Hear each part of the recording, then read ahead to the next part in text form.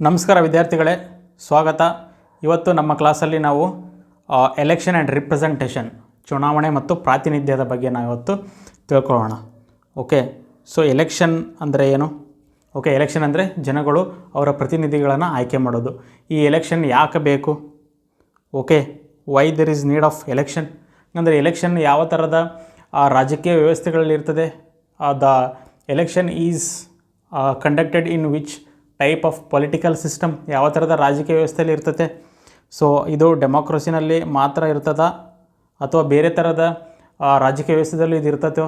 So ಇದನ್ನೆಲ್ಲ ಇವತ್ತು ಚರ್ಚೆ ಮಾಡೋಣ. ಮತ್ತು ನಮ್ಮ ಭಾರತದಲ್ಲಿ ಯಾವ ಥರ ಚುನಾವಣೆ ವ್ಯವಸ್ಥೆ ಇದೆ, what is India's election system, ನಮ್ಮ ದೇಶದ ಚುನಾವಣಾ ವ್ಯವಸ್ಥೆ ಯಾವ ಥರ ಇದೆ, ನಮ್ಮ ದೇಶಕ್ಕೆ ಚುನಾವಣೆ ಯಾಕೆ ಬೇಕು. ಸೊ ಇವನ್ನೆಲ್ಲ ನಾವು ಇವತ್ತು ಅರ್ಥ ಮಾಡ್ಕೊಳ್ಳೋಣ. ಓಕೆ, ಸೊ ಮೊದಲನೇದಾಗಿ ನಾವು ಕಲಿಬೇಕಾಗಿರೋದು ಏನಪ್ಪ ಅಂತ ಹೇಳಿದರೆ election and it's relation with democracy. Election and it's relation with democracy, ಚುನಾವಣೆ ಮತ್ತು ಪ್ರಜಾಪ್ರಭುತ್ವದ ಸಂಬಂಧವನ್ನು ನಾವು ಫಸ್ಟು ಅರ್ಥ ಮಾಡ್ಕೋಬೇಕಾಗತ್ತೆ. ಓಕೆ, ಸೊ ಹಾಗಾದರೆ ಮೊದಲ ಪ್ರಶ್ನೆ ನಾವು ಕೇಳ್ಕೋಬೇಕಾಗಿರೋದು ಏನಪ್ಪ ಅಂತ ಹೇಳಿದರೆ, can we have democracy without election? ಅಂದರೆ ಚುನಾವಣೆ ಇಲ್ಲದೇ ನಾವು ಪ್ರಜಾಪ್ರಭುತ್ವವನ್ನು ಕಾಪಾಡಿಕೊಳ್ಳೋದಕ್ಕೆ ಸಾಧ್ಯ ಇದೆಯಾ ಅಂತಕ್ಕಂತಹ ಒಂದು ಪ್ರಶ್ನೆಯನ್ನು ನಾವು ಕೇಳ್ಕೋಬೇಕಾಗತ್ತೆ. ಬಿಕಾಸ್ ಪ್ರಜಾಪ್ರಭುತ್ವ ಅಂದ್ರೇ ಪ್ರಜೆಗಳು ರಾಜರು. ಓಕೆ, ಪ್ರಜೆಗಳೇ ಏನು ಮಾಡಬೇಕು, ಪ್ರಜೆಗಳೇ ಅಧಿಕಾರವನ್ನು ಚಲಾಯಿಸಬೇಕು. ಸೊ ಈ ಒಂದು ವ್ಯವಸ್ಥೆಯಲ್ಲಿ ಹಾಗಿದ್ದರೆ ಅದು ಎಲೆಕ್ಷನ್ ಇಲ್ಲದೇ, ಚುನಾವಣೆ ಇಲ್ಲದೇ ಇದು ಸಾಧ್ಯನಾ ಅಂಥೇಳಿ ಪ್ರಶ್ನೆಯನ್ನು ಮಾಡಿಕೊಂಡ್ರೆ ಅದಕ್ಕೆ ಉತ್ತರ ಬರೋದೇ ಇಲ್ಲ. No is the answer. Democracy ಅಂದರೆ ಎಲೆಕ್ಷನ್ ಇರಲೇಬೇಕು. ಅಲ್ಲಿ ಪ್ರತಿಯೊಂದು ಡೆಮೋಕ್ರೆಟಿಕ್ ನಮ್ಮ ಜಗತ್ತಲ್ಲಿರ್ತಕ್ಕಂಥ ಪ್ರತಿಯೊಂದು ಡೆಮೋಕ್ರೆಟಿಕ್ ಕಂಟ್ರಿನಲ್ಲೂ ಸಹಿತ ಎಲೆಕ್ಷನ್, ಚುನಾವಣೆ ಅಂತಕ್ಕಂಥದ್ದು ಇದ್ದೇ ಇದೆ. ಓಕೆ, ಹಾಗಂತೇಳಿ ಚುನಾವಣೆ ಕೇವಲ ಪ್ರಜಾಪ್ರಭುತ್ವ ದೇಶಗಳಿಗೆ ಮಾತ್ರ ಸೀಮಿತ ಆಗಿಲ್ಲ. ಚುನಾವಣೆ ಅನ್ನೋದು ಪ್ರಜಾಪ್ರಭುತ್ವ ಇಲ್ಲದ ದೇಶಗಳಲ್ಲೂ ಸಹಿತ ಚುನಾವಣೆ ಐತಿ. ಓಕೆ, ಅದನ್ನು ಒಪ್ಕೋಬೇಕು ನಾವು. ಬಟ್ ಆದರೆ ಒಂದು ಡೆಮೋಕ್ರಸಿ, ಪ್ರಜಾಪ್ರಭುತ್ವ ಅಲ್ಲಿ ಚುನಾವಣೆ ಇರಲೇಬೇಕು. ಅದು ಕಂಡೀಷನ್ ಮೇನ್ ಅದು. ಓಕೆ, ದಿಸ್ ಎಲೆಕ್ಷನ್ ಸಿಸ್ಟಮ್ ಏನಿದೆಯಲ್ಲ, this is the foundation for the democracy, this is the symbol of democracy ಅಂತ ನಾವು ಹೇಳ್ಬೋದು. It is the symbol, election is the symbol of democracy. ಪ್ರಜಾಪ್ರಭುತ್ವದ ಒಂದು ಚಿಹ್ನೆ ಇದು ಎಲೆಕ್ಷನ್ ಅಂತಕ್ಕಂಥದ್ದು. ನಾನು ಹೇಳಿದ್ದೀನಿ, ಪ್ರಜಾಪ್ರಭುತ್ವ ಅಂದರೆ ಪ್ರಜೆಗಳು ರಾಜರು. ಆ ಪ್ರಜೆಗಳೇ ರಾಜರು ಹೌದು, ಆದರೆ ಪ್ರಜೆಗಳು ನೇರವಾಗಿ ಎಲ್ಲ ನಿರ್ಧಾರ ತಗೊಳ್ಳೋದಕ್ಕಾಗೋದಿಲ್ಲ. ಓಕೆ, ಎಸ್ಪೆಷಲಿ ನಮ್ಮ ದೇಶ ಇಂಡಿಯಾದಲ್ಲಿ ಎಷ್ಟು ವಿವಿಧತೆ ಇದೆ. There is lot of diversity in India. Okay, ಹಲವಾರು ಧರ್ಮಗಳಿದ್ದಾವೆ ಇಲ್ಲಿ, ರಿಲಿಜಿಯನ್ಗಳಿದ್ದಾವೆ. ಓಕೆ, ಕ್ಯಾಸ್ಟ್ ಇದೆ ಇಲ್ಲಿ. Okay, and there are tribals. Okay, woman. So ಈ ರೀತಿ ವಿವಿಧತೆಗಳಿದ್ದಾವೆ. ಆಮೇಲೆ ತತ್ವಗಳ ವಿವಿಧತೆ ಇದೆ, ಐಡಿಯಾಲಜಿ.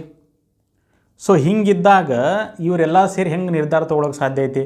ಜಸ್ಟ್ ನೀವು ಒಂದು ಯೋಚನೆ ಮಾಡಿರಿ, ಬರೀ ಒಂದು ಕ್ಲಾಸ್ ರೂಮ್ ಒಳಗೆ ಒಂದು 10 ಜನ 20 ಜನ ಇದ್ದರು ಅಂದ್ರೆ ಒಂದು ವಿಷಯದ ಮೇಲೆ ಜಲ್ದಿ ನಿರ್ಧಾರ ತೊಗೊಳೋದಕ್ಕಾಗೋದಿಲ್ಲ. ಯಾಕಂದ್ರೆ ಒಬ್ಬೊಬ್ಬನ ಒಂದೊಂಥರ ಆಟ ಆಡ್ತಾನೆ. ಇವ ಒಂದು ಹೇಳ್ತಾನೆ, ಅವ ಒಂದು ಹೇಳ್ತಾನೆ, ಈಕಿ ಒಂಥರ ಹೇಳಿದ್ರೆ ಆಕಿ ಒಂಥರ ಹೇಳ್ತಾಳೆ. ಸೊ ಹಿಂಗೆ ಕಾನ್ಫ್ಲಿಕ್ಟ್ಸ್ ಭಾಳ ಬೆಳಿತಾವೆ, ಭಾಳ ಜನ ಸೇರಿ ನಿರ್ಧಾರ ತೊಗೊಳ್ಳೇಬೇಕಂದಾಗ.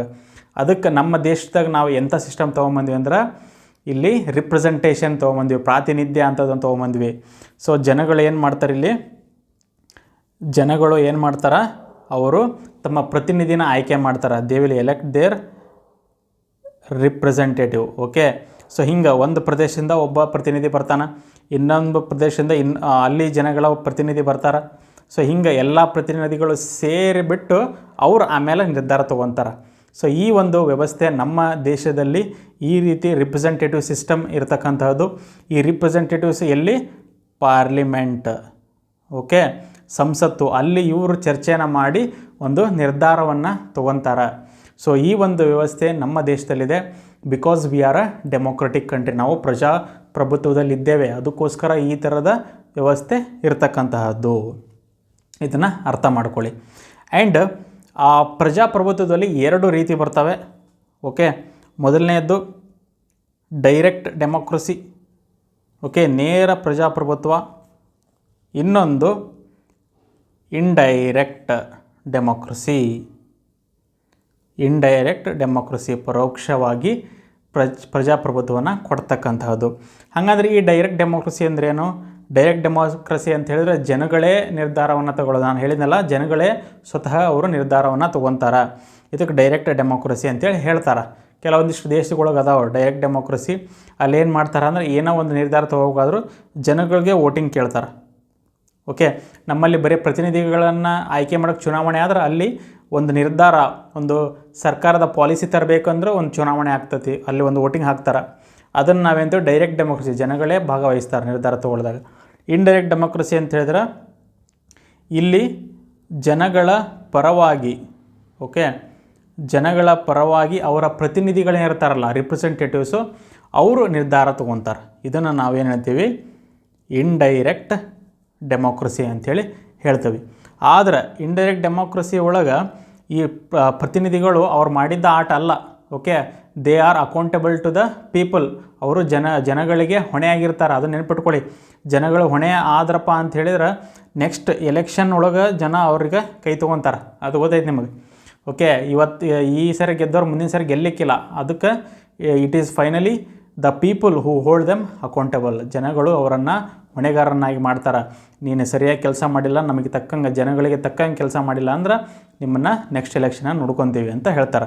This is what is accountability is. Okay, so ಇಲ್ಲಿ ಇಂತಹ ವ್ಯವಸ್ಥೆಯಲ್ಲಿ ದ ರೂಲರ್ಸ್ ಅಥವಾ ಯಾರು ಅಧಿಕಾರನ ಚಲಾಯಿಸ್ತಾರಲ್ಲ ಅವರು ಅಧಿಕಾರ ಚಲಾಯಿಸೋದು that is on behalf of the people.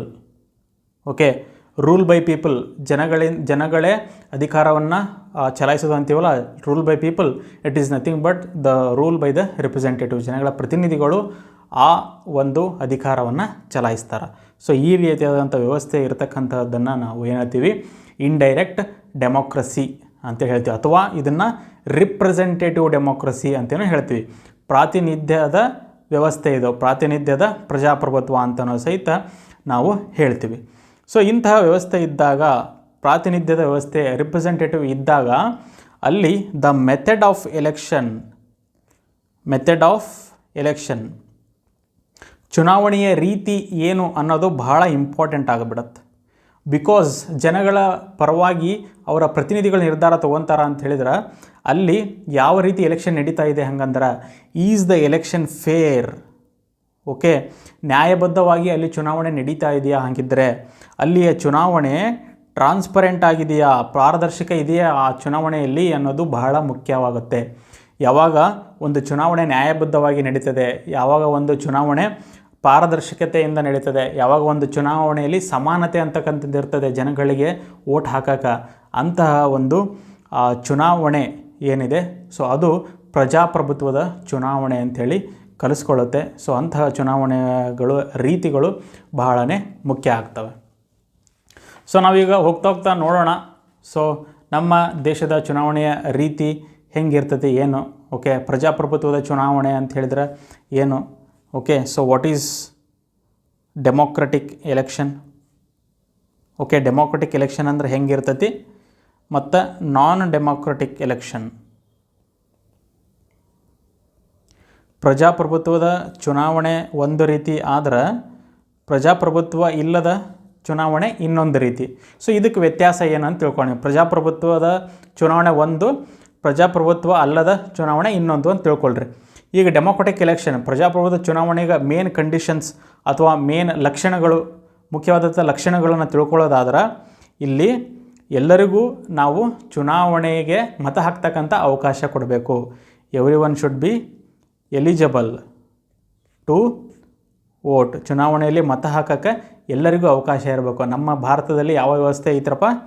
ಇಲ್ಲಿ ಯೂನಿವರ್ಸಲ್ ಅಡಲ್ಟ್ ಫ್ರ್ಯಾಂಚೈಸಿ ಐತಿ, ಸಾರ್ವತ್ರಿಕ ವಯಸ್ಕ ಮತದಾನ.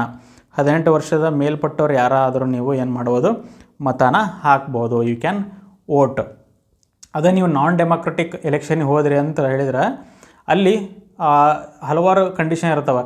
ಏನಪ್ಪ ಅಂದ್ರೆ ರಿಚ್, ಶ್ರೀಮಂತರು ಮಾತ್ರ ವೋಟ್ ಹಾಕಬೇಕು. ಅಥವಾ ಎಜುಕೇಟೆಡ್, ಓಕೆ, ಶಿಕ್ಷಣ ಪಡೆದವರು ಮಾತ್ರ ಅಲ್ಲಿ ಮತ ಹಾಕಬೇಕು, ಅಥವಾ ವೆಲ್ತಿ ಅಥವಾ ಬಿಸ್ನೆಸ್ ಪರ್ಸನ್ಸ್, ಓಕೆ, ವ್ಯಾಪಾರ ವ್ಯವಹಾರ ಮಾಡ್ತಕ್ಕಂಥವ್ರು, ಇಂಥವ್ರು ಮಾತ್ರ ವೋಟ್ ಮಾಡಬೇಕು. ಇಂತಹ ಏನಾದರೂ ಕಂಡೀಷನ್ಸ್ಗಳಿದ್ದರೆ that will become a non democratic election ಆಗಿಬಿಡ್ತೈತಿ. ಹಂಗಂತೇಳಿ ನಮ್ಮ ದೇಶದಾಗ ಏನು ರೆಸ್ಟ್ರಿಕ್ಷನ್ ಇಲ್ಲ ಅಂತ ಅನ್ಕೋಬೇಡ್ರಿ, ಇಲ್ಲೂ ಐತಿ. But that is based on the law. ಕಾನೂನಾತ್ಮಕವಾಗಿ ಕೆಲವೊಂದಿಷ್ಟು ನಿರ್ಬಂಧನೆಗಳಿದಾವೆ. ಯಾರಾದರೂ ಜೈಲಿಗೆ ಹೋಗಿ 2 ವರ್ಷ ಜೈಲಲ್ಲಿ ಇದ್ರಪ್ಪ, ಅವ್ರು ಮಾಡಿರ್ತಕ್ಕಂಥ ಅಪರಾಧ ಒಂದು ಪ್ರೂವ್ ಆಗಿ ಅವ್ರು ಆಲ್ರೆಡಿ ಶಿಕ್ಷೆ ಅನುಭವಿಸಿದ್ರು, 2 ವರ್ಷ ಜೈಲಿದ್ದರು, 2 ವರ್ಷ ಅಥವಾ ಅದಕ್ಕಿಂತ ಹೆಚ್ಚು ಏನಾದರೂ ಜೈಲಲ್ಲಿದ್ದರು ಅಂದರೆ ಅವರು ಡಿಸ್ಕ್ವಾಲಿಫೈ ಆಗ್ತಾರೆ. ನೆಕ್ಸ್ಟ್ 6 ವರ್ಷ ಅವರಿಗೆ ಚುನಾವಣೆಯಲ್ಲಿ ಭಾಗವಹಿಸೋದಕ್ಕೆ ಅವಕಾಶ ಇರೋಂಗಿಲ್ಲ. ಚುನಾವಣೆ ಭಾಗವಹಿಸೋದು, ಆಮೇಲೆ ಈವನ್ ಜೈಲಲ್ಲಿ ಯಾರಾದರೂ ಇದ್ದರೂ ಖೈದಿಗಳು, ಅವರಿಗೂ ಸಹಿತ ವೋಟಿಂಗ್ ರೈಟ್ಸ್ ಇರೋಂಗಿಲ್ಲ. ಸೊ ಈ ರೀತಿಯಾದಂಥ ಕಂಡೀಷನ್ಸ್ಗಳು ಇರ್ತಾವೆ. ಓಕೆ. ಬಟ್ ಇದನ್ನು ಹೊರತುಪಡಿಸಿ ಎಲ್ರಿಗೂ ಒಂದೇ ಸಮಾನತೆ ಇರ್ತೈತಿ. ಯಾರಿಗೂ ಇಲ್ಲಿ ಲಿಂಗ ಭೇದ ಭಾವ ಇಲ್ಲ, ಯಾರಿಗೂ ಇಲ್ಲಿ ಜಾತಿ ಭೇದ ಭಾವ ಇಲ್ಲ, ಯಾರಿಗೂ ಇಲ್ಲಿ ಶಿಕ್ಷಣದ ಭೇದ ಭಾವ ಇಲ್ಲ, ಯಾರಿಗೂ ಇಲ್ಲಿ ಹಣದ ಭೇದ ಭಾವ ಇಲ್ಲ. ಸೊ ಇದನ್ನು ನಾವು ಏನಂತೀವಿ, ಡೆಮೋಕ್ರೆಟಿಕ್ ಎಲೆಕ್ಷನ್ ಅಂಥೇಳಿ ನಾವು ಕರಿತೀವಿ. ಓಕೆ. ಸೊ ಅದಾದಮೇಲೆ ಡೆಮೋಕ್ರೆಟಿಕ್ ಎಲೆಕ್ಷನ್ನಲ್ಲಿ okay, what is the eligibility to contest? ಒಂದು ಎಲೆಕ್ಷನನ್ನು ನಿಲ್ಲೋದಕ್ಕೆ ಏನು ಅರ್ಹತೆ ಇರಬೇಕು? Eligibility to contest the election ಅನ್ನೋದು ನಿರ್ಧಾರ ಮಾಡ್ತತಿ. ನಮ್ಮ ದೇಶದಾಗ ಏನು ಎಲಿಜಿಬಿಲಿಟಿ ಐತಿ, ಅಲ್ಲಿ ಏನಪ್ಪ, ಎಲೆಕ್ಷನಿಗೆ ನಿಲ್ಲಕ್ಕೆ ವಯಸ್ಸಿನ ಒಂದು ಮಿತಿ ಇದೆ, ಏಜು. ಆಮೇಲೆ ಸಂವಿಧಾನ ಒಂದಿಷ್ಟು ರೆಸ್ಟ್ರಿಕ್ಷನ್ಗಳನ್ನು ಹಾಕ್ತತಿ, ಕಾನ್ಸ್ಟಿಟ್ಯೂಷನ್. ಓಕೆ, ಒಂದಿಷ್ಟು ಕಂಡೀಷನ್ಗಳಿದ್ದಾವೆ. Okay, he should not be of unsound mind. Okay, unsound mind. Okay, ಬುದ್ಧಿ ಭ್ರಮಣೆ ಆಗ್ತಕ್ಕಂಥದ್ದು. ಆಮೇಲೆ he should not be criminally convicted ಆಗಿರ್ಬಾರ್ದು. ಈ ಥರದ ಹಲವಾರು ರೆಸ್ಟ್ರಿಕ್ಷನ್ಗಳಿದ್ದಾವೆ, ನಿರ್ಬಂಧನೆಗಳು ಇದ್ದಾವೆ. ಆದರೆ ಬೇರೆ ಯಾವುದೇ ರೀತಿಯಾದಂತಹ, ನಾನು ಹೇಳಿದ್ನಲ್ಲ, ಅಸಮಾನತೆಯನ್ನು ತಗೊಂಡು ಬರ್ತಕ್ಕಂಥವು ಸಾಮಾಜಿಕ ವ್ಯವಸ್ಥೆಗಳಲ್ಲಿ ಜಾತಿ ಆಗಿರ್ಬೋದು, ಲಿಂಗ ಆಗಿರ್ಬೋದು, ಇಂಥವಕ್ಕೆ ಯಾವುದೇ ರೀತಿಯಾದಂಥ ನಿರ್ಬಂಧನೆಗಳಿಲ್ಲ. ಸೊ ಇದನ್ನು ನಾವು ಡೆಮೋಕ್ರೆಟಿಕ್ ಎಲೆಕ್ಷನ್ ಅಂತ ಹೇಳ್ತೀವಿ. ಇದು ಇಲ್ಲದೇ ಬೇರೆ ಏನೇ ಕಂಡೀಷನ್ ಬಂದರೂ it will become A undemocratic, okay, non democratic election ಅಂತ ಹೇಳಿ ಅದು ಕಲಿಸ್ಕೊಳ್ಳುತ್ತೆ. ಓಕೆ. ಸೊ ನಮ್ಮ ದೇಶದಲ್ಲಿ ಹಾಗಿದ್ದರೆ ಯಾವ ಥರದ ವ್ಯವಸ್ಥೆ ಇದೆ? ಹಾಗಿದ್ದರೆ what is India's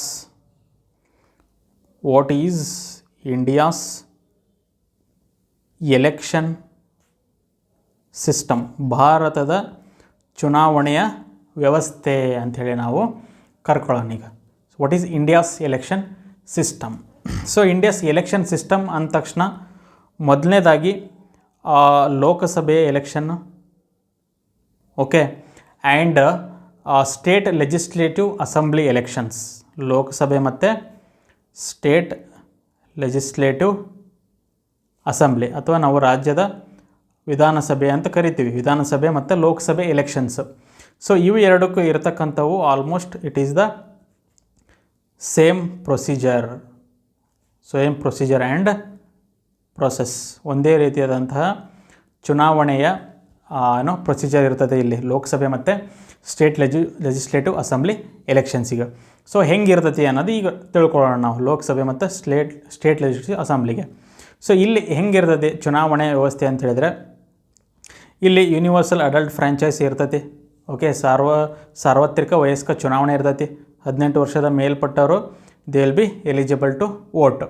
okay. So ಅದೇ ಥರ ಲೋಕಸಭೆಗೆ MP ಆಗಬೇಕು ಅಂತಕ್ಕಂಥವ್ರು, ರಾಜ್ಯಗಳಿಗೆ MLA ಆಗಬೇಕು ಅಂತಕ್ಕಂಥವ್ರು, ಅವರು ಪಾರ್ಟಿಯ ಮೂಲಕ ನಾಮಿನೇಷನ್ ಮಾಡ್ಬೋದು. ಇಲ್ಲಾಂದರೆ ಅವರು ಇಂಡಿಪೆಂಡೆಂಟ್ ಆಗಿನೂ ಸಹಿತ ಅವ್ರು ನಾಮಿನೇಷನ್ ಮಾಡ್ಬೋದು, ಅದಕ್ಕೇನು ತೊಂದರೆ ಇಲ್ಲ.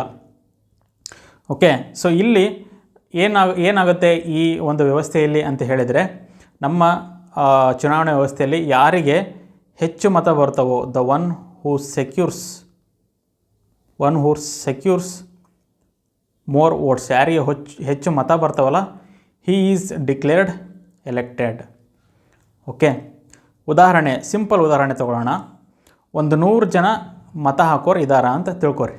ಓಕೆ. ಸೊ 3 ಜನ ಏನದಾರ ಆ ಒಂದು ಕ್ಷೇತ್ರಕ್ಕೆ ನಿಂತ್ಕೊಂಡಿದ್ದಾರೆ. ಓಕೆ, ಪ್ರತಿನಿಧಿಯಾಗಿ ನಾನು ಹೋಗ್ತೀನಿ ಅಂತೇಳಿ ಎಲೆಕ್ಷನ್ ನಿಂತಾರ ಅಂತ ತಿಳ್ಕೊರಿ.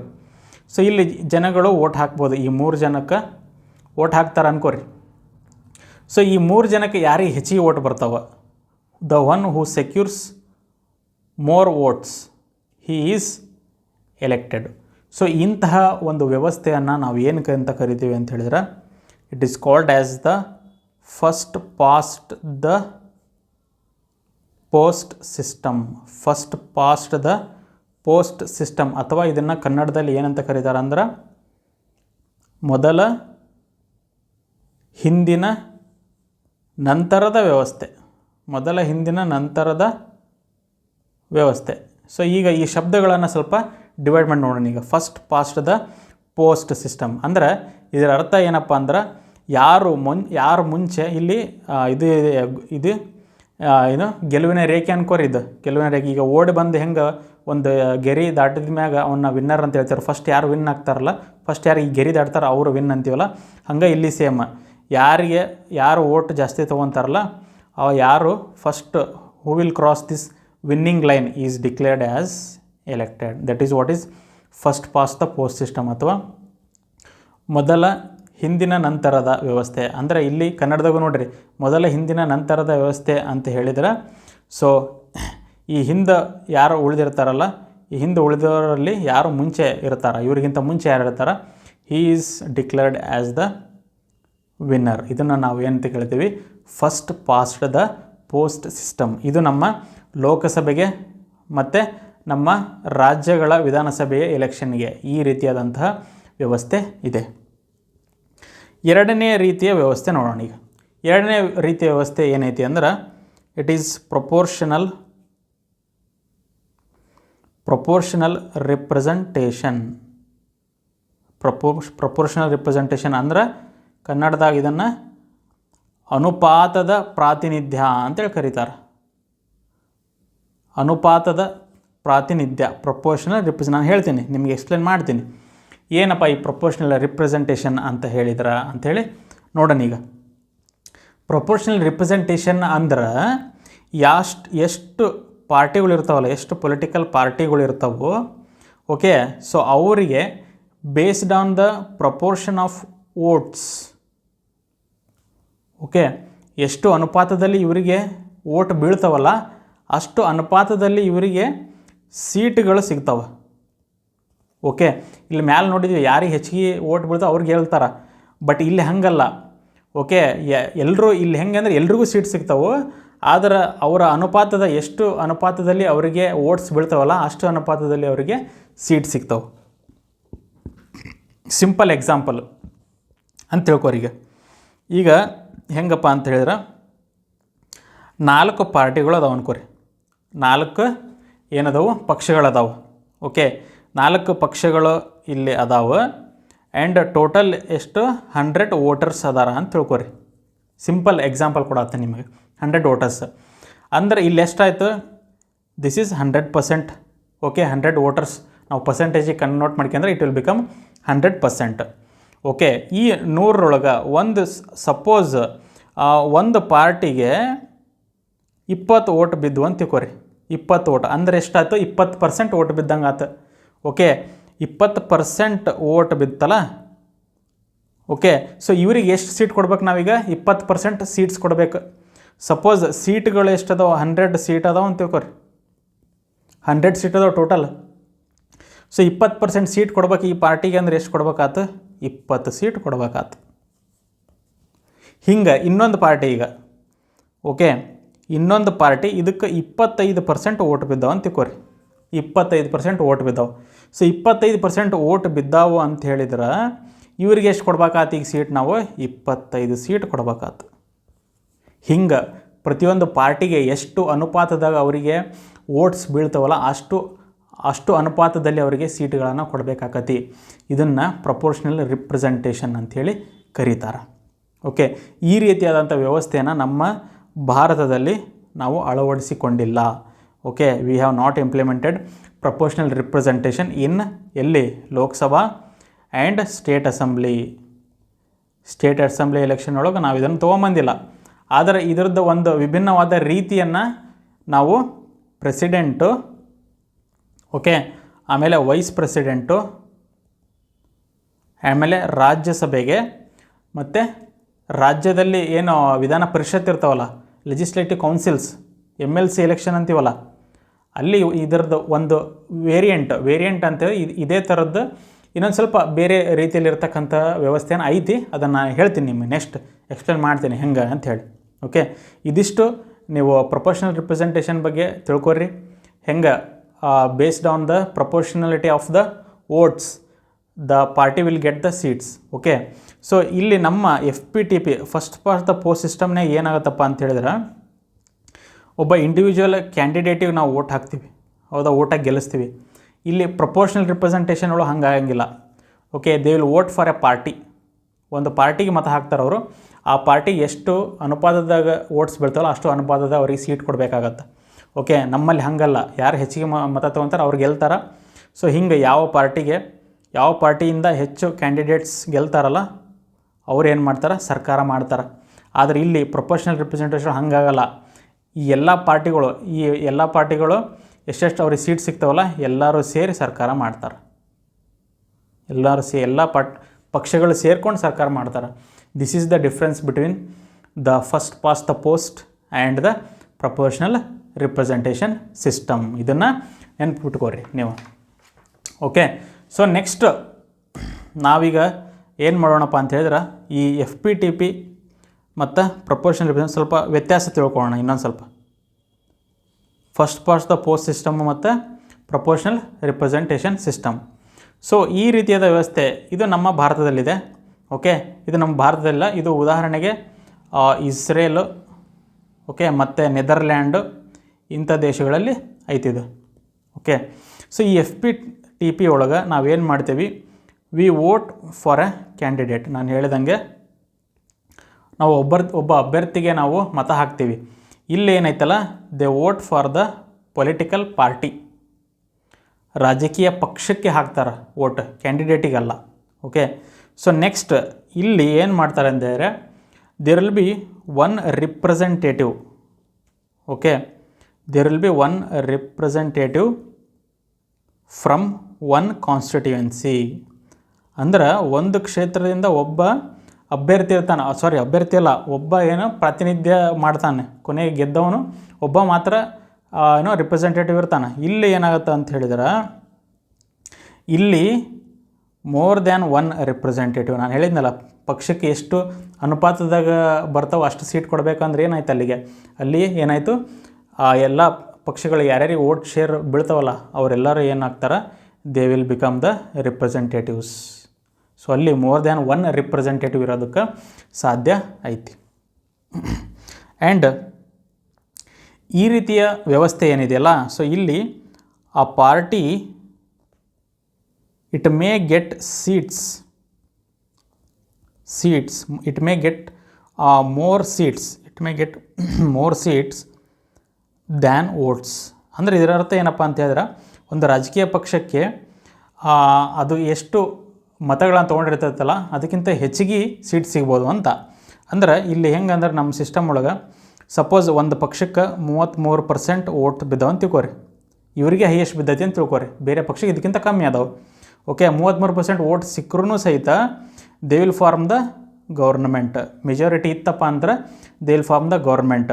ಓಕೆ, ಗೌರ್ಮೆಂಟ್ ಮಾಡಲಿಕ್ಕೆ ಎಷ್ಟು ಸೀಟ್ಸ್ಗಳು ಬೇಕು, 273 ಏನೋ ಬೇಕಾಗತ್ತೆ ನಮ್ಮ ದೇಶದಲ್ಲಿ.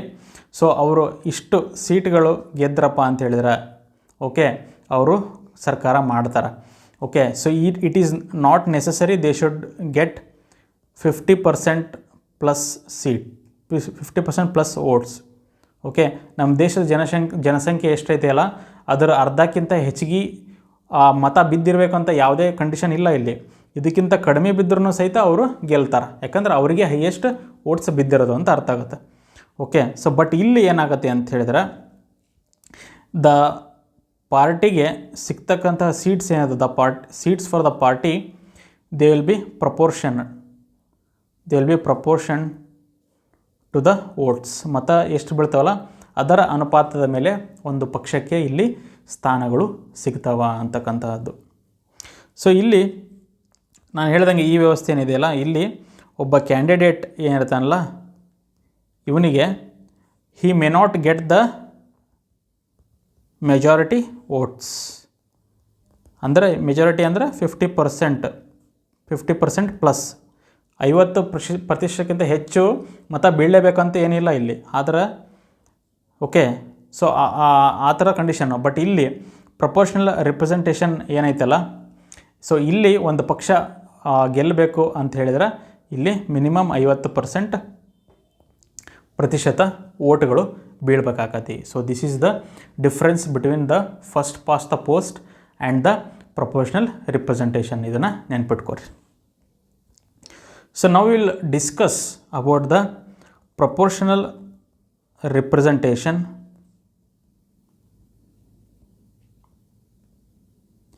ಇನ್ Rajya Sabha.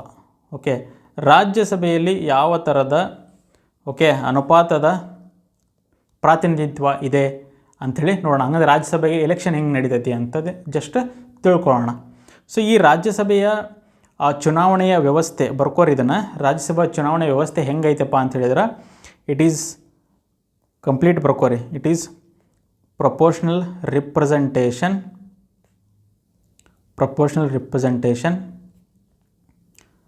by means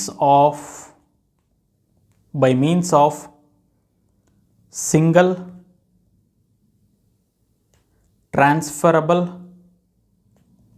vote system ಅಂತ ಹೇಳಿ ಹೇಳ್ತಾರೆ. Proportional representation by means of single transferable vote system ಅಂದರೆ ಅನುಪಾತದ ಪ್ರಾತಿನಿಧ್ಯ ಏನಿದೆಯಲ್ಲ, that is by the means of single transferable vote ಅಥವಾ ಏಕ ವರ್ಗಾವಣೆ ಮತ ಅಂತ ಹೇಳ್ತಾರೆ. ಸಿಂಗಲ್ ಟ್ರಾನ್ಸ್ಫರಬಲ್ ವೋಟ್ ಅಂದರೆ ಏಕ ವರ್ಗಾವಣೆ ಮತದ ವ್ಯವಸ್ಥೆ ಅಂಥೇಳಿ ನಾನು ಹೇಳ್ತೀನಿ, ನಿಮಗೆ ಎಕ್ಸ್ಪ್ಲೇನ್ ಮಾಡ್ತೀನಿ ಹೆಂಗೆ ಇದು ಅಂಥೇಳಿ. ಓಕೆ, ಸೊ ಈ ರಾಜ್ಯಸಭೆಗೆ ಎಲೆಕ್ಷನ್ ಐತಲ್ಲ, ಸೊ ರಾಜ್ಯಸಭೆ ಎಲೆಕ್ಷನ್ನಿಗೆ ವೋಟ್ ಹಾಕೋರು ಯಾರು? ಜನಗಳು ಹಾಕ್ತಾರಾ? ಇಲ್ಲ, ಜನ ಹಾಕಲ್ಲ. ಇಲ್ಲಿ MLAಗಳು ಹಾಕ್ತಾರೆ ಮತ್ತು MLCಗಳು ಅಲ್ಲ. ಓಕೆ, ಯಾವ ರಾಜ್ಯದಲ್ಲಿ ಮೇಲ್ಮನೆ ಇರ್ತಲ್ಲ ಅಲ್ಲಿಯ ಮೆಂಬರ್ಸ್ ಅಲ್ಲ, MLAಗಳು ಕೆಳಮನೆಯ MLAಗಳು ಏನಿರ್ತಾರಲ್ಲ ಇವರು ವೋಟ್ ಹಾಕ್ತಾರೆ. ಎಲೆಕ್ಟೆಡ್ MLAs ಇವರು ರಾಜ್ಯಸಭೆಯ ಮೆಂಬರ್ಸ್ಗಳಿಗೆ ವೋಟ್ ಹಾಕ್ತಾರೆ. ಸೊ ಈ ವೋಟಿಂಗ್ ವ್ಯವಸ್ಥೆ ಹೆಂಗಿರ್ತದಪ್ಪ ಅಂತ ಹೇಳಿದ್ರೆ, ನಮ್ಮ ದೇಶದಲ್ಲಿ ಪ್ರತಿಯೊಂದು ರಾಜ್ಯದಿಂದ from every state okay how many members to be elected for ರಾಜ್ಯಸಭೆ, ಎಷ್ಟು ಜನ ಸದಸ್ಯರು ರಾಜ್ಯಸಭೆ ಬರಬೇಕು ಅನ್ನೋದನ್ನು ಏನು ಮಾಡಿದೆ, ಫಿಕ್ಸ್ ಮಾಡಲಾಗಿದೆ. It is fixed as per the 4th schedule. ಸಂವಿಧಾನದ ಈ 4ನೇ ಶೆಡ್ಯೂಲ್ ಏನಿದೆಯಲ್ಲ, ಸೊ ಇದರಲ್ಲಿ ಮೆನ್ಷನ್ ಆಗಿದೆ ಯಾವ ಯಾವ ರಾಜ್ಯದಿಂದ ಎಷ್ಟು ಜನ ಅಭ್ಯರ್ಥಿಗಳು ಇರಬೇಕು ರಾಜ್ಯಸಭೆಗೆ ಅಂಥೇಳಿ ಇಷ್ಟು ಫಿಕ್ಸ್ ಆಗಿದೆ. ಓಕೆ, ಸೊ ಈಗ ಹೆಂಗಪ್ಪ ಅಂತ ಹೇಳಿದ್ರೆ, ಈಗ ವಿನ್ನಿಂಗ್ ಕ್ಯಾಂಡಿಡೇಟ್ ಸಪೋಸ್ ಉದಾಹರಣೆ ಕೊಡ್ತೀನಿ. ಕರ್ನಾಟಕಕ್ಕೆ ಎಷ್ಟು ಸೀಟ್ ಅಲೋಕೇಟ್ ಆಗೈತಪ್ಪ ಅಂದ್ರೆ 12 ಸೀಟ್ ಅಲೋಕೇಟ್ ಆಗ್ಯಾವ. 12 ಜನ ಕರ್ನಾಟಕದಿಂದ ರಾಜ್ಯಸಭೆಗೆ ಸದಸ್ಯರಾಗ್ಬೋದು ಅಂತೇಳಿ 12 ಅದಾವೆ. ಓಕೆ, ಸೊ ಈಗ ನಮ್ಮ ಕರ್ನಾಟಕದಲ್ಲಿ ಈಗ ಎಲೆಕ್ಷನ್ ನಡೀತೈತೆ ಅಂತ ತಿಳ್ಕೊರಿ, ರಾಜ್ಯಸಭೆಗೆ ಎಲೆಕ್ಷನ್ ನಡೀತೈತಿ. ಈ ರಾಜ್ಯಸಭೆ ಎಲೆಕ್ಷನ್ಗೆ ವಿನ್ನಿಂಗ್ ಕ್ಯಾಂಡಿಡೇಟ್ಸ್ ಇಲ್ಲಿ ಒಬ್ಬ ಮೇಲೆ ವಿನ್ನಿಂಗ್ ಕ್ಯಾಂಡಿಡೇಟ್ 12 ಜನ ಕಳಿಸ್ಬೇಕು ನಾವು. ಆ ವಿನ್ನಿಂಗ್ ಕ್ಯಾಂಡಿಡೇಟ್ಸ್ ಏನಿರ್ತಾರಲ್ಲ ಅವ್ರಿಗೆ ಎಷ್ಟು ಮತ ಬೀಳಬೇಕು ಅಂತ ಹೇಳಿದ್ರೆ ಒಂದು ಫಾರ್ಮುಲಾ ಐತೆ, ಅದಕ್ಕೆ ಬರ್ಕೋರಿ.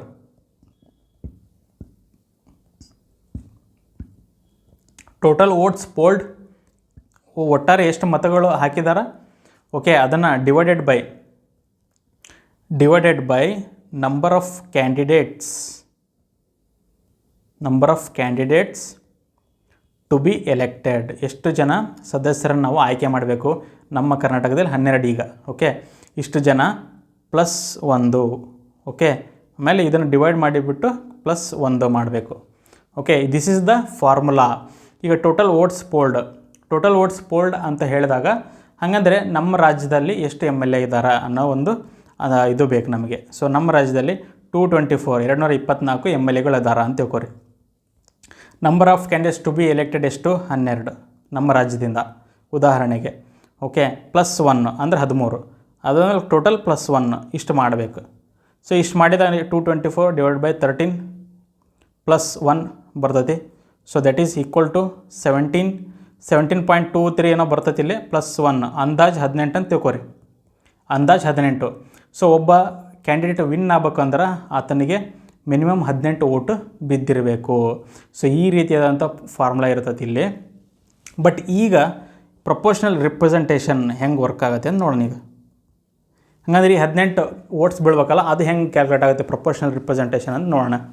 ಸೊ ಈಗ 12 ಜನ ಏನು ಎಲೆಕ್ಟ್ ಆಗ್ಬೇಕಲ್ಲ ಕರ್ನಾಟಕದಿಂದ, 12 members to the Rajya Sabha elect ಆಗಬೇಕಲ್ಲ ಇವರು.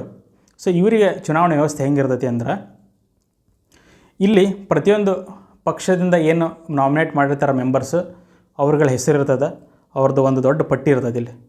So there will be list. Okay, 1 2 3 4 ಹಿಂಗೆ ಯಾವ್ಯಾವ ಪಕ್ಷದಿಂದ ಯಾರ್ಯಾರು ಇರ್ತಾರೆ ಅವ್ರಿಗೆಲ್ಲ ಹೆಸರಿರ್ತಾವೆ ಇಲ್ಲಿ.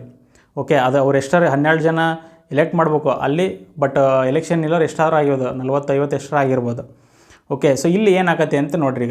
ಈಗ ಎಮ್ ಎಲ್ ಎಗಳು ಏನಿರ್ತಾರಲ್ಲ, ಎಲೆಕ್ಟೆಡ್ ಎಮ್ ಎಲ್ ಎಗಳು, ಇವ್ರು ಏನು ಮಾಡ್ತಾರೆ, ಅವರ ಹೆಸರು ಏನಿರುತ್ತಲ್ಲ ಅವ್ರ ಹೆಸರಿನ ಮುಂದೆ ಇವರು ಪ್ರಿಫರೆನ್ಸ್ಗಳು ಕೊಡಕ್ಕೆ ಹೋಗ್ತಾರೆ ಇಲ್ಲಿ. So here the matter is preference, ಆದ್ಯತೆ ಕೊಡ್ತಾರೆ. ಓಕೆ, ಇಲ್ಲಿರೋ ಒಬ್ಬನ ಹೆಸರು ಅಂತ ತಿಳ್ಕೊರಿ ಇವನು. ಸೊ ಇವ ಕಲ್ಲಪ್ಪ ಅಂತ ತಿಳ್ಕೊರಿ, ಕಲ್ಲಪ್ಪಗೆ 1 ಕೊಡ್ತಾನೆ ನಾನು. ನೆಕ್ಸ್ಟ್ ಮಲ್ಲಪ್ಪ, ಇವಂಗೆ 2 ಕೊಡ್ತಾನೆ. ಓಕೆ, ನೆಕ್ಸ್ಟ್ ಜಗ್ಗಪ್ಪ, ಇವಂಗೆ 3 ಕೊಡ್ತಾನೆ. ಹಿಂಗೆ ಈ ಥರ ಆದ್ಯತೆ ಪ್ರಿಫರೆನ್ಸ್ಗಳು ಕೊಡ್ತಾರೆ. ಓಕೆ, ಸೊ ಹಿಂಗೆ ಎಲ್ಲ ಎಮ್ ಎಲ್ ಎಗಳು ಅವ್ರಿಗೆ ಒಂದು ಪಟ್ಟಿ ಇರ್ತೈತಿ ಅಭ್ಯರ್ಥಿಗಳು ನಿಂತವ್ರದ್ದು, ಅಲ್ಲಿ 1 2 3 4 ಹಿಂಗೆ ಅವ್ರವ್ರ ಇಷ್ಟ ಬಂದಂಗೆ ಯಾರಿಗೆ ಬೇಕು ಅವ್ರಿಗೆ ಕ್ಯಾಂಡಿಡೇಟ್ಸಿಗೆ ಕೊಡ್ತಾರೆ 1 2 3 4. ಓಕೆ, ಸೊ ಈ 1 2 3 4 ಕೊಟ್ಟಾಗ ಕೊನೆಗೆ ಏನು ನಾವು ಎಲ್ಲ ಎಮ್ ಎಲ್ ಎಗಳು ಕೊಟ್ಟಿರ್ತಕ್ಕಂಥ ಲಿಸ್ಟನ್ನ ತೊಗೊತೀವಲ್ಲ, ಪ್ರಿಫರೆನ್ಸ್ ಲಿಸ್ಟನ್ನು, ಅದನ್ನು ನೋಡಿದಾಗ ಯಾರಿಗೆ ಈ ಒಂದು ಫಸ್ಟ್ ಪ್ರಿಫರೆನ್ಸ್ ಇರ್ತೈತಲ್ಲ, ಯಾರ ಹೆಸರಿನ ಮುಂದೆ ಫಸ್ಟ್ ಪ್ರಿಫರೆನ್ಸ್ ಇರ್ತೈತಲ್ಲ ಆ ಅಭ್ಯರ್ಥಿಗೆ 18ಕ್ಕಿಂತ ಹೆಚ್ಚು ಸಾರಿ ಫಸ್ಟ್ ಪ್ರಿಫರೆನ್ಸನ್ನ ಕೊಟ್ಟಿರಬೇಕು. ಸೊ ಆವಾಗ ಇಂಥ ಅಭ್ಯರ್ಥಿ ಏನಾಗ್ತಾನೆ, ವಿನ್ನರ್ ಹಾಕೋಣ, he will become a Rajya Sabha member. So ಇದೇ ಥರ ಈ 12 ಜನ ಏನು ನಮ್ಮ ಕರ್ನಾಟಕದಿಂದ ಎಲೆಕ್ಟ್ ಆಗಬೇಕಲ್ಲ, ಸೊ ಅವರಿಗೆ ಅಟ್ಲೀಸ್ಟ್ 18ಕ್ಕಿಂತ ಜಾಸ್ತಿ ಮತಗಳು ಬೀಳಬೇಕು. ಮತಗಳು ಅಂದರೆ ಫಸ್ಟ್ ಪ್ರಿಫರೆನ್ಸ್ ಬೀಳಬೇಕು. ಸೊ ಅಂಥವ್ರನ್ನ ನಾವು ರಾಜ್ಯಸಭಾ ಮೆಂಬರ್ ಮಾಡ್ತೀವಿ. ಒಂದು ವೇಳೆ ಯಾರಿಗೂ 18 ಮೇಲೆ ಬಂದೇ ಇಲ್ಲಪ್ಪ ಅಂತ ತಿಳ್ಕೊರಿ, 18 ಮೇಲೆ ಪ್ರಿಫರೆನ್ಸೇ ಇಲ್ಲ ಅಂತ ತಿಳ್ಕೊರಿ. ಸೊ ಅವಾಗ ಏನು ಮಾಡ್ತಾರೆ ಅಂತ ಹೇಳಿದ್ರೆ, ಯಾರಿಗೆ ಅತಿ ಕಡಿಮೆ ಫಸ್ಟ್ ಪ್ರಿಫರೆನ್ಸ್ ಬಂದಿರ್ತಾವಲ್ಲ, ಓಕೆ, ಅಂಥ ಕ್ಯಾಂಡಿಡೇಟ್ಸ್ನ ಕ್ಯಾನ್ಸಲ್ ಮಾಡ್ತಾರೆ. ಇವ್ರನ್ನ ಕ್ಯಾನ್ಸಲ್ ಮಾಡಿ ಏನು ಮಾಡ್ತಾರೆ ಅಂತ ಹೇಳಿದ್ರೆ, ಇವರು ಯಾರ್ಯಾರಿಗೆ ಫಸ್ಟ್ ಪ್ರಿಫರೆನ್ಸ್ ಅತಿ ಕಡಿಮೆ ಬಂದಿರ್ತಾವಲ್ಲ ಅವರ ಲಿಸ್ಟ್ನಲ್ಲಿ ಸೆಕೆಂಡ್ ಪ್ರಿಫರೆನ್ಸ್ ಯಾರ್ಯಾರು ಇರ್ತಾರಲ್ಲ, ಓಕೆ, ಅವರಿಗೆ ಇವ್ರ ಓಟ್ನ ಟ್ರಾನ್ಸ್ಫರ್ ಮಾಡ್ಲಿಕ್ಕಾಗತ್ತೆ. ಓಕೆ, ಇವರ ಫಸ್ಟ್ ಪ್ರಿಫರೆನ್ಸ್ನ ಇವ್ರಿಗೆ ವರ್ಗಾವಣೆ ಮಾಡ್ತಾರೆ. ಓಕೆ, ಸೊ ನೆಕ್ಸ್ಟ್ ಒಂದು ವೇಳೆ ಹಿಂಗೆ ಮಾಡಿದಾಗೂ 18 ಮೇಲೆ ಬರಲಿಲ್ಲಪ್ಪ, ಆವಾಗ ಏನು ಮಾಡ್ತಾರೆ, ಆವಾಗ ನೆಕ್ಸ್ಟ್ ಅತಿ ಕಡಿಮೆ ಫಸ್ಟ್ ಪ್ರಿಫರೆನ್ಸ್ ಯಾರಿಗೈತಿ. ಸೊ ಇಲ್ಲಿ ನೋಡಿದರೂ ಫಸ್ಟಿಗೆ ಎಷ್ಟು ಕಡಿಮೆ, ಒಂದು ವೇಳೆ 3 ಜನಕ್ಕೆ ಬರೀ 3 ಜನಕ್ಕೆ ಏನೋ ಫಸ್ಟ್ ಪ್ರಿಫರೆನ್ಸ್ ಕೊಟ್ಟಿದ್ರು, ಅವರೇ ಕಡಿಮೆ ಇದ್ರು ಅಂದ್ರೆ ಅವ್ರನ್ನ ತೊಗೊತಾರೆ. ನೆಕ್ಸ್ಟ್ ಇದ್ರೊಳಗೆ ಏನು ಮಾಡ್ತಾರೆ, ನೆಕ್ಸ್ಟ್ ಸರದಿ ಒಳಗೆ ಒಂದು ವೇಳೆ 5 ಜನಕ್ಕೆ ಫಸ್ಟ್ ಪ್ರಿಫರೆನ್ಸ್ ಬಂದಿತ್ತು ಅಂತ ತಿಳ್ಕೊರಿ, ಇವ್ರಾದ್ಮೇಲೆ ಇವ್ರು ಇರ್ತಾರಲ್ಲ, ಓಕೆ, ಇವರು ಫಸ್ಟ್ ಪ್ರಿಫರೆನ್ಸ್ ಕ್ಯಾನ್ಸಲ್ ಮಾಡ್ತಾರೆ, ಇವ್ರನ್ನ ತೆಗಿತಾರೆ. ಇವ್ರ ಲಿಸ್ಟ್ ಒಳಗೆ ಯಾರು ಸೆಕೆಂಡ್ ಪ್ರಿಫರೆನ್ಸ್ ಇರ್ತಾರಲ್ಲ ಇವರಿಗೆ ಇವ್ರ ಓಟ್ನ ವರ್ಗಾವಣೆ ಮಾಡ್ತಾರೆ. ಸೊ ಹಿಂಗೆ ಈ ಪ್ರೊಸೆಸ್ ಮಾಡ್ಕೊತ ಬಂದು ಅವಾಗ ಯಾರ್ಯಾರಿಗೆ 18 ಓಟಿನ ಮೇಲೆ ಕ್ರಾಸ್ ಹಾಕೋಲ್ಲ, 18 first preference, okay, 18 first preference cross ಆಗ್ತಾವಲ್ಲ ಅವ್ರನ್ನ ರಾಜ್ಯಸಭೆಗೆ ಸದಸ್ಯರಾಗಿ ಮೆಂಬರಾಗಿ ನಾವು ಕಳಿಸ್ತೀವಿ. So this is called as the proportional representation by means of single transferable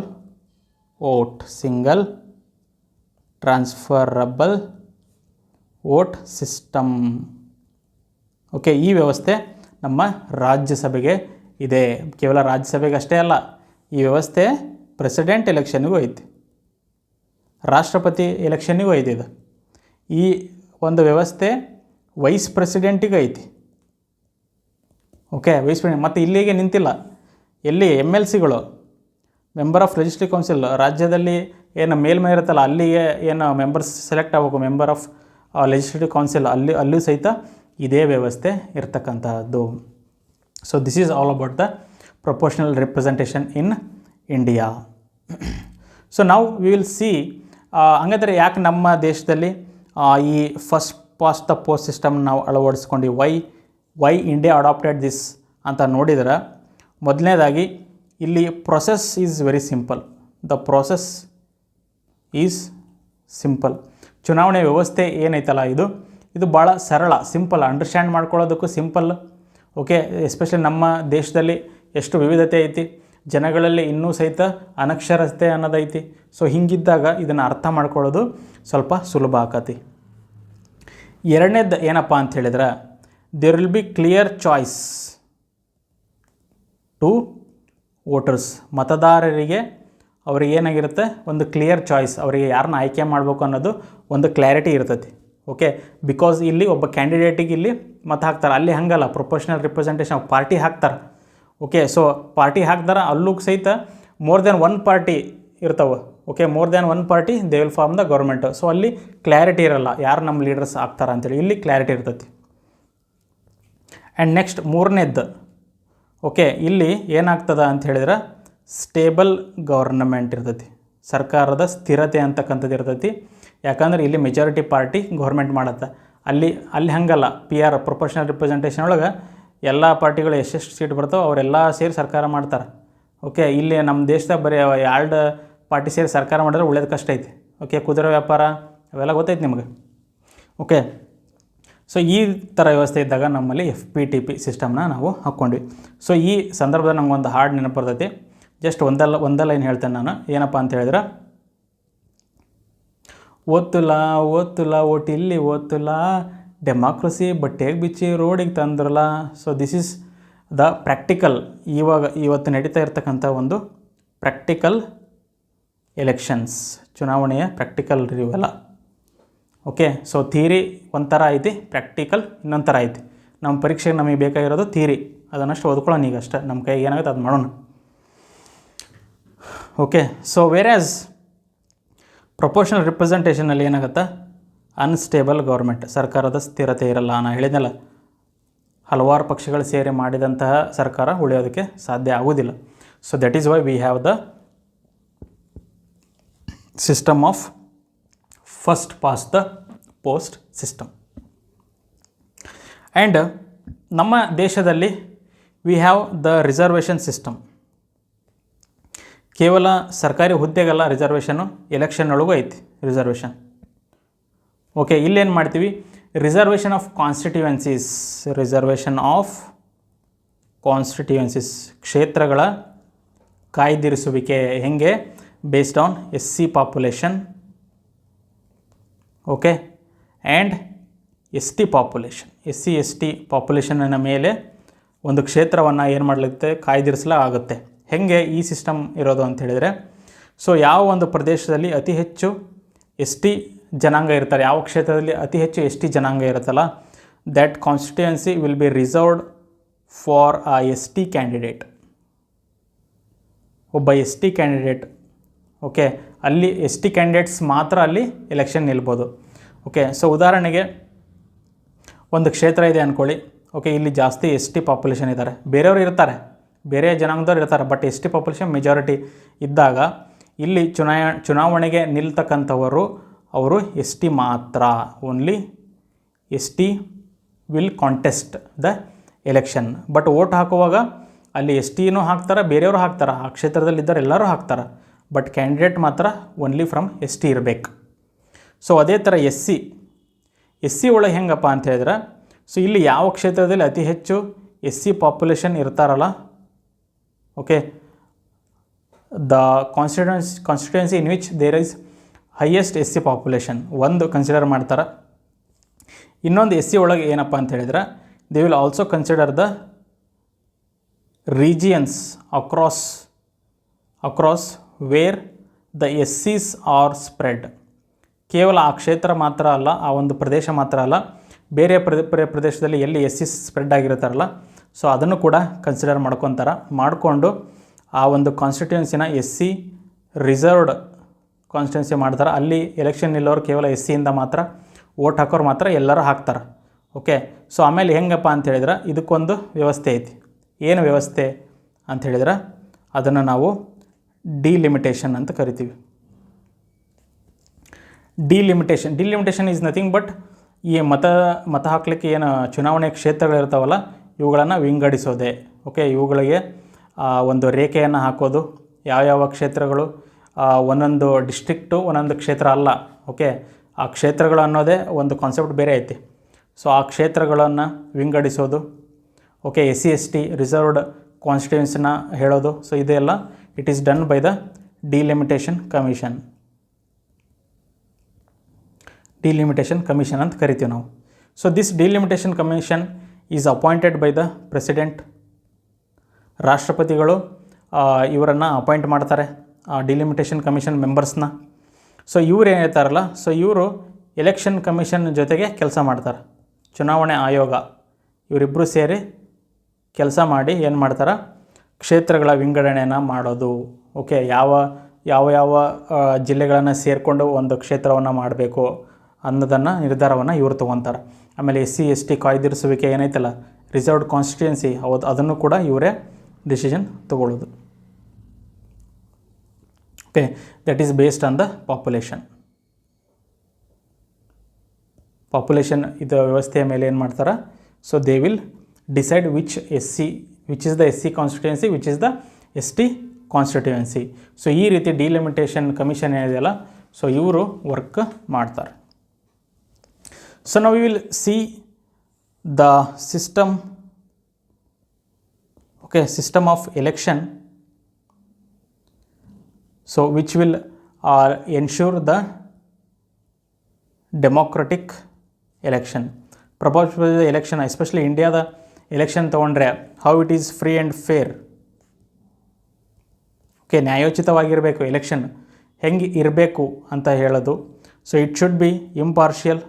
the election process ಏನಿದೆಯಲ್ಲ, ಚುನಾವಣೆ ವ್ಯವಸ್ಥೆ, ಅದು ಇಂಪಾರ್ಷಿಯಲ್ ಇರಬೇಕು, ನಿಷ್ಪಕ್ಷ ಇರಬೇಕು, ಮತ್ತು ಟ್ರಾನ್ಸ್ಪರೆನ್ಸಿ, ಪಾರದರ್ಶಕವಾಗಿ ಇರಬೇಕು. ಸೊ ಇಂತಹ ಒಂದು ವ್ಯವಸ್ಥೆ ಇದ್ದಾಗ ಅಂತಹ ಚುನಾವಣೆಯ ಮೇಲೆ ನಂಬಿಕೆ ಇರ್ತೈತಿ. ಅಂತಹ ಚುನಾವಣೆಯಿಂದ ಆಯ್ಕೆ ಆಗಿರ್ತಾರಲ್ಲ ಅವ್ರ ಮೇಲೆ ನಂಬಿಕೆ ಇರ್ತೈತಿ. ಸೊ ಆವಾಗ ನಮ್ಮ ದೇಶ ಇಟ್ ಕ್ಯಾನ್ ಬಿ ಯುನೈಟೆಡ್, ಒಗ್ಗೂಡಿ ಇರೋದಕ್ಕೆ ಸಾಧ್ಯ ಆಗುತ್ತೆ. ಸೊ ಓಕೆ, ಸೊ ಈ ರೀತಿಯಾದಂಥ ವ್ಯವಸ್ಥೆ ನಮ್ಮ ಭಾರತದಲ್ಲಿ ಇದೆ. ಆ್ಯಂಡ್ ಈ ಎಲ್ಲ ವ್ಯವಸ್ಥೆ ಏನಿದೆ, the election system, this is controlled by ಯಾರು?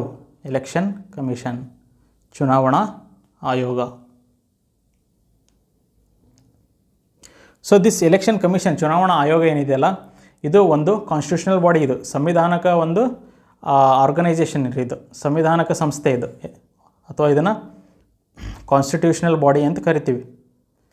ಸಂವಿಧಾನವೇ ಆರ್ಟಿಕಲ್ 324 ವಿಧಿಯಲ್ಲಿ ಎಲೆಕ್ಷನ್ ಕಮಿಷನ್ ಅಂತಕ್ಕಂಥ ಒಂದು ಸಂಸ್ಥೆಯನ್ನು ಹುಟ್ಟು ಹಾಕಿದೆ. ಸೊ ಈ ಕಮಿಷನ್ನ ಕೆಲಸನೇ ನಮ್ಮ ದೇಶದಲ್ಲಿ ಎಲೆಕ್ಷನನ್ನು ಕಂಡಕ್ಟ್ ಮಾಡೋದು. ಆ ಎಲೆಕ್ಷನ್ನು ಇಟ್ ಶುಡ್ ಬಿ ಇಂಪಾರ್ಷಿಯಲ್, ನಿಷ್ಪಕ್ಷವಾಗಿರಬೇಕು. ಇಟ್ ಶುಡ್ ಬಿ ಟ್ರಾನ್ಸ್ಪರೆಂಟ್, ಪಾರದರ್ಶಕವಾಗಿರಬೇಕು. ಹಾಗೂ ಎಲ್ಲ ಜನಗಳಿಗೆ ಸಮಾನವಾದಂತಹ ಹಕ್ಕನ್ನು ಕೊಡಬೇಕು, ಚುನಾವಣೆ ಹಕ್ಕುಗಳನ್ನು ಕೊಡಬೇಕು. This is the function of election commission in India. So ಈ ಎಲೆಕ್ಷನ್ ಕಮಿಷನನ್ನು ನೋಡಿದ್ರೆ ಇದರ ಮೇನ್ ಕೆಲಸಗಳು ಏನಿರ್ತವೆ ಅಂತ ಹೇಳಿದ್ರೆ, ಒಂದು ವೋಟರ್ಸ್ ಲಿಸ್ಟ್ ತಯಾರಿ ಮಾಡೋದು. They will prepare the voters list, ಮತದಾರರ ಪಟ್ಟಿಯನ್ನು ಸಿದ್ಧ ಮಾಡ್ತಾರೆ ಇವರು. Okay, so then election schedule, ಚುನಾವಣೆಯ ವೇಳಾಪಟ್ಟಿ ರೆಡಿ ಮಾಡ್ತಾರೆ ಇವರು. ಓಕೆ, ಅದಾದಮೇಲೆ ಇವರು they will have the powers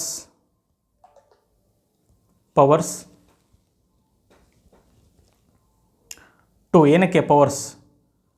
to conduct or even cancel the election. So ಯಾವುದಾದ್ರು ಒಂದು ಪ್ರದೇಶದಲ್ಲಿ ಅಲ್ಲಿ ಏನಾದರೂ ಸ್ವಲ್ಪ ಗಲಭೆಗಳಾದರೆ they can cancel the election. Okay, ಹಾಗೂ ಕೂಡ ಮಾಡೋದು, ಇವರಿಗೆ ಅಧಿಕಾರ ಇರ್ತೈತಿ. ಓಕೆ, ಸೊ ನಾಲ್ಕನೇದು ಇವ್ರು ಏನು ಮಾಡ್ತಾರಪ್ಪ ಅಂತ ಹೇಳಿದ್ರೆ, they will recognise the parties, they will give recognition to the parties, ಪಕ್ಷಗಳಿಗೆ ಒಂದು ಗುರುತಿಸುವಿಕೆ. ಸೊ ಇವರು ಲಿಸ್ಟೆಡ್, ನಮ್ಮಲ್ಲಿ ರಿಜಿಸ್ಟರ್ ಆಗಿರ್ತಕ್ಕಂಥ ಪಾರ್ಟಿ ಅಂತೇಳಿ ಗುರುತಿಸ್ತಾರೆ. Plus they will allot symbols, ಅವರಿಗೆ ಗುರುತುಗಳನ್ನು ಸಹಿತ ಹಂಚೋದು. ಸೊ ಇದು ನಮ್ಮ ಎಲೆಕ್ಷನ್ ಕಮಿಷನ್ ಮಾಡ್ತದೆ. ಆ್ಯಂಡ್ ಈ ಎಲೆಕ್ಷನ್ ಕಮಿಷನಲ್ಲಿ there will be chief election commissioner,